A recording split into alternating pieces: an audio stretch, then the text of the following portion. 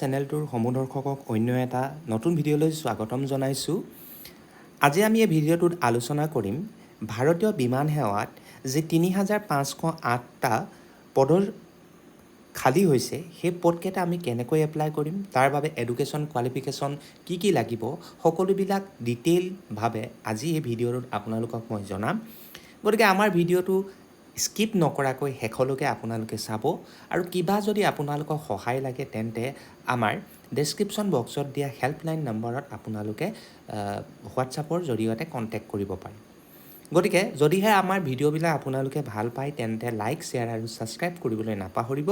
গতিকে দেৰি নকৰি আমাৰ ভিডিঅ'টো আৰম্ভ কৰোঁ আহকচোন।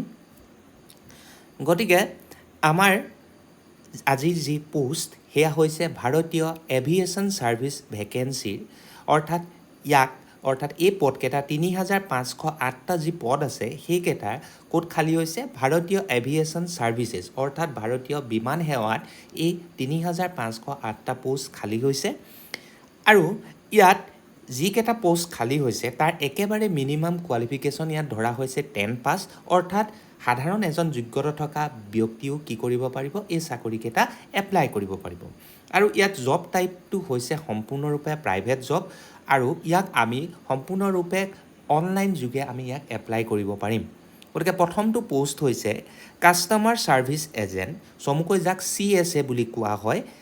তাৰ টোটেল পোষ্ট আছে 2,653টা। ইয়াৰ চেলাৰী হৈছে 13,000ৰ পৰা 30,000ৰ ভিতৰত। আৰু ইয়াৰ বাবে বিশেষ অৰ্হতা বিচৰা নাই, কেৱল মাত্ৰ হায়াৰ ছেকেণ্ডেৰী পাছৰ অৰ্হতাহে বিচৰা হৈছে। গতিকে যিসকল প্ৰাৰ্থীয়ে হায়াৰ ছেকেণ্ডেৰী পাছ অৰ্থাৎ উচ্চতৰ মাধ্যমিক পাছ তেওঁলোকে এই চাকৰিটো এপ্লাই কৰিব পাৰে।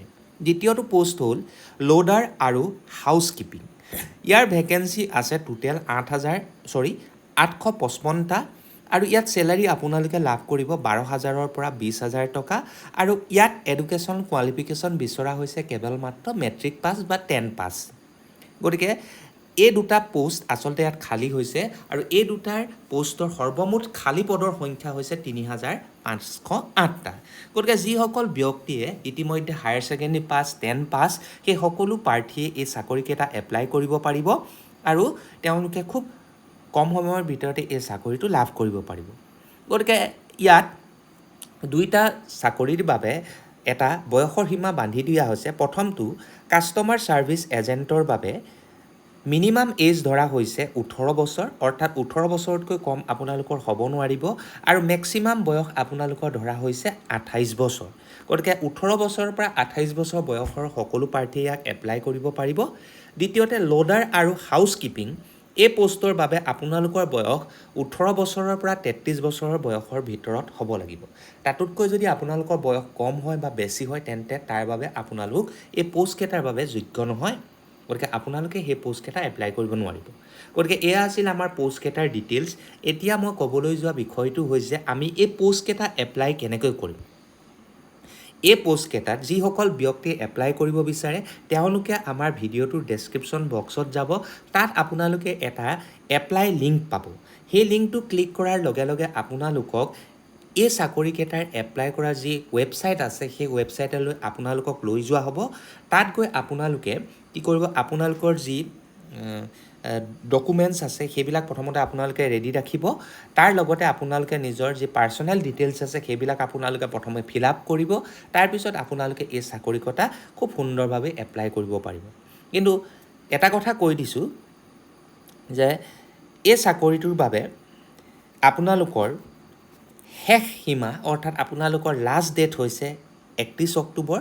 গতিকে আপোনালোকে খুব লাহেকৈ ইয়াক এপ্লাই কৰিলেও হ'ব। গতিকে আপোনালোকে এপ্লাই কৰোঁতে সাৱধান হ'ব যাতে আপোনালোকৰ একো মিষ্টেক নহয়, কাৰণ ইয়াত আপোনালোকে এটা ফিজ পে'মেণ্ট কৰিব লাগিব। গতিকে এই যে প্ৰচেছটো আচলতে সঁচা নে মিছা, অৰ্থাৎ এই চাকৰিকেইটা সঁচা নে মিছা তাৰ বাবে মই এটা PDF আপোনালোকক দেখাবলৈ ওলাইছোঁ। তেতিয়াহে আপোনালোকে নিশ্চয় বিশ্বাস কৰিব যে এই চাকৰিটো সঁচা। গতিকে আপোনালোকে আমাৰ এই PDFটো ভালদৰে, এই চাকৰিটোৰ আপোনালোকৰ PDFটো মই দেখাই দিছোঁ। এডভাৰটাইজমেণ্ট তেওঁলোকে কেনেকৈ কৰিছিল। গতিকে এইটো হৈছে তেওঁলোকৰ এডভাৰটাইজমেণ্ট। ইয়াত মই আপোনালোকক এটা কথা কৈ থৈছোঁ যে আপোনালোকে ইয়াত কিন্তু পৰীক্ষাটো দিব লাগিব। পৰীক্ষাটোত আপোনালোকে কি ক'ব লাগিব MCQ টাইপৰ হ'ব আৰু পৰীক্ষাটো আপোনালোকে 90 মিনিটৰ সময় পাব অৰ্থাৎ 1.5 ঘণ্টা সময় পাব আৰু এই পৰীক্ষাটোত যদি আপোনালোকে পাছ হয় তেতিয়াহ'লে আপোনালোকক সেই তেওঁলোকৰ যি ৱেবছাইট আছে সেই ৱেবছাইটত আপোনালোকৰ নামটো ঘোষণা কৰা হ'ব তাৰপিছত আপোনালোকে এই চাকৰিকেইটা জইন কৰিব পাৰিব এতিয়া কথাটো হ'ল এই দুটা পোষ্টৰ কাৰণে প্ৰথমটো যি পোষ্ট আছিল কাষ্টমাৰ ছাৰ্ভিচৰ কাৰণে আপোনালোকে এটা এপ্লিকেশ্যন ফিজ দিব লাগিব সেই ফিজটো হৈছে 380 টকা আপোনালোকে নিশ্চয় আমাৰ স্ক্ৰীনখনত দেখিছেই আৰু দ্বিতীয়টো পোষ্ট অৰ্থাৎ হাউচ কিপিঙৰ যিটো পোষ্ট আছিলে তাৰ বাবে আপোনালোকে প্ৰদান কৰিব লাগিব 340 টকা লগতে এটা GSTও আপোনালোকে প্ৰদান কৰিব লাগিব গতিকে GST ধৰি লওক আপোনালোকে 10 টকা 20 টকা তেনেকৈ অৰ্থাৎ সেকেন্ড হাউচ কিপিঙৰ বাবে আপোনালোকে 360-70 টকামান দিব লাগিব এপ্লিকেশ্যন ফিজ আৰু আপোনালোকৰ প্ৰথমটো কাষ্টমাৰ ছাৰ্ভিচৰ কাৰণে আপোনালোকে 400 পৰা 410 টকাৰ মানৰ ভিতৰত আপোনালোকে এপ্লিকেশ্যন ফিজ দিব লাগিব গতিকে 31 অক্টোবৰলৈ যদিও বেছি সময় আছে কিন্তু প্ৰাৰ্থীৰ সংখ্যা বহুত বেছি গতিকে আপোনালোকে সোনকালে এই চাকৰিকেইটা এপ্লাই কৰি ল'ব আৰু এই চাকৰিকেইটা পাবৰ কাৰণে আপোনালোকে পঢ়া শুনাত লাগি যাওক গতিকে এই আছিলে আমাৰ ভিডিঅ'টোৰ মুখ্য উদ্দেশ্য যদি আপোনালোকে আমাৰ চেনেলটোৰ ভিডিঅ'বিলাক ভাল পাইছে তেনে চেনেলটো লাইক শ্বেয়াৰ আৰু ছাবস্ক্ৰাইব কৰিবলৈ নাপাহৰিব গতিকে আজিলৈ আপোনালোকৰ পৰা বিদায় মাগিছোঁ ধন্যবাদ